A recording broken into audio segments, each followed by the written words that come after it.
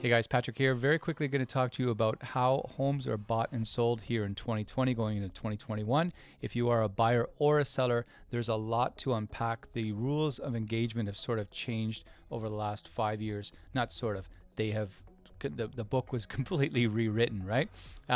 But what's different between right now and what happened in 2016 and 17 is really noteworthy in my opinion. So before 2016-17, homes were largely bought and sold the same way. They were put in the market. There was a for sale sign. People came through. Somebody likes it. They make an offer, negotiate back and forth. Conditions, sold sign, keys exchanged. Hooray! House picture on Facebook, and off you go. The big change in 2016-17 was the number of new listings slowly edged down as new buyer demand was absolutely explosive. And then we had a situation where instead of having 2 houses to look at, now I had, 5 buyers for every house. So it totally flip-flopped. As a result, days in the market, you can see here, there's the last decade for days in the market, and you can see what happened in 16, 17, and then how that's similar to what's going on in 2020 now. But the big difference between 2016 and 17 and 2020 is the irrevocable. So in 2016-17, the vast majority of homes were sold with offer presentation no sooner than or not before 7 p.m. next Wednesday, right? And so that was a way for the seller and the listing agent to say to the buying public, hey, just so you know, take your time, go to the bank, do a pre-inspection, do whatever you got to do. We're going to look at offers on Wednesday at 7. The vast majority of homes were sold that way back in that market. And everybody we were adjusting to it, right? Because it was new. But as an industry and then as buyers and sellers, we were figuring it out. And over time, people it was dreaded. Nobody liked it, but it was what we became used to. It was the new way of doing business. And frankly, it was the lesser of all the evils because it at least let people get through the house so they could have a look rather than the first person go through and buy it and be gone. So 2018, 2019, things settled back a little bit, and we saw days in the market pop back up. We saw listing to sales inventory spread out a little bit, so buyers had a little bit more time again. Everybody took a breather, right? Oh, it feels good. We can actually think about it and go out for dinner and talk about it before we have to make an offer. Then all of a sudden, post-COVID, as you know, we've had 5 months of record active sales activity going up against sort of ho-hum new listing inventory, which means days in the market have been cut in half again. And the average prices, we're seeing average prices up 20, 25, 30%. And it's all a byproduct of that supply and demand. But the one thing that's changed now to know whether you're a buyer or a seller is there's now 3 ways that homes are getting sold. There's the put it up for sale and get an offer whenever we get it, negotiate it, and off we go. There's the delayed presentation of offers. Hey, Mr. Buyer, we're looking at offers on Thursday at 6 p.m. So do whatever you got to do before then. The one that's causing some consternation is the movable irrevocable thing. So you'll see on offers where it says offers require a 48-hour irrevocable. So that is you, the buyer, giving me an offer, and I'm saying to you, awesome, thank you so much for your offer. It's Monday at 3 o'clock. I need it until Wednesday at 3 o'clock to get back to you. And guess what happens over those 2 days? They're not sitting there with your offer going, I really like that part, but I don't like that part. What about this part, right?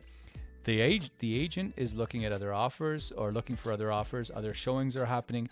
That your offer essentially started. Remember that show with Kiefer Sutherland? It started the clock.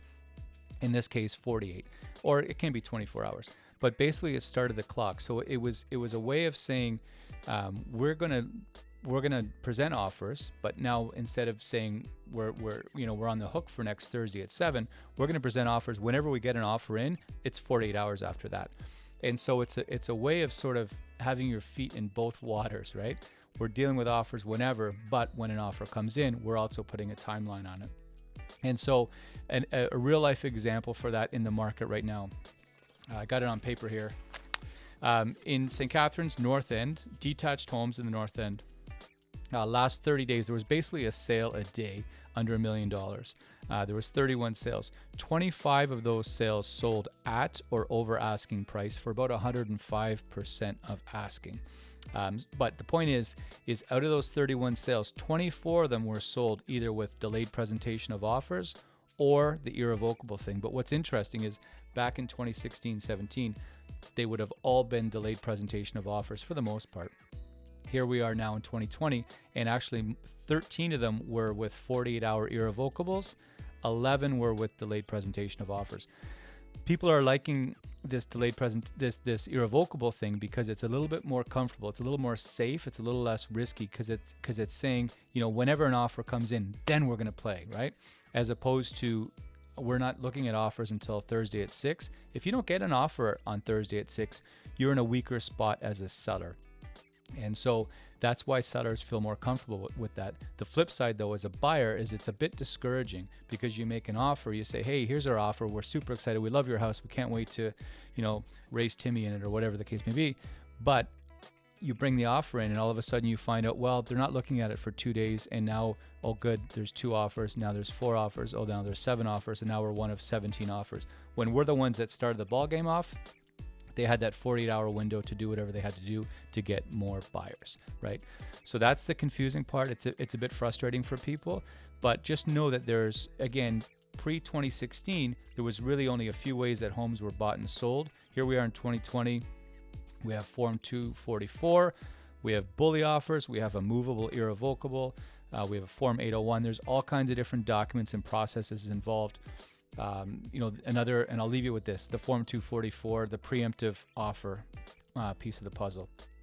Very frustrating for this guy is when it's written in there that says that we're not looking at offers until Thursday at 6, but if a preemptive offer comes in, the seller is going to look at that too. That is ridiculous, right? That is me saying, hey, look, everybody, I'm pregnant, but I'm not really pregnant. Because you can't have it both ways. You can't say, we're not looking at offers until Thursday at 6, but if you bring us an offer tomorrow at 11 o'clock in the morning, we're good, let's do it, right? Because it sets people up to play tennis, and then they find out they're actually playing racquetball. Actually, it's even worse than that. It's like going from tennis to playing baseball. So the point of that is the irrevocable or the delayed presentation of offer is set up in a certain way. When it gets flipped like that, when all of a sudden bully offers are allowed, preemptive offers, it's actually written into the process, that's when you have problems. So my point for all of this is for you as a buyer or as a seller, just to be aware of there's so many moving parts to it now. It's like an engine in a car. They get more and more complicated and they're harder to navigate. And it's not always the fault or at the feet of the agent involved or the people involved, because there's so many moving parts, there's so many documents, there's so many variables, there's so many directions you can go. But if we do this, then we can't do that. If we can't do this, then we can do that. On and on it goes. It is a tangled web. So I just wanted to share some of the concept with you. I'm going to put it in a blog. It's going to be linked to this video, and you can go and you can see where we're going to break down exactly what I'm talking about, the different variables, the different routes you can go, and some things to consider. If you have questions, I don't know if I helped clarify or confuse the situation, but if you have any questions, by all means, as you know, and always, you can reach out and shoot your questions our way, and we'll be happy to help. Okay, I think I just said shoot us. Okay, anyway, cheers, thanks, bye.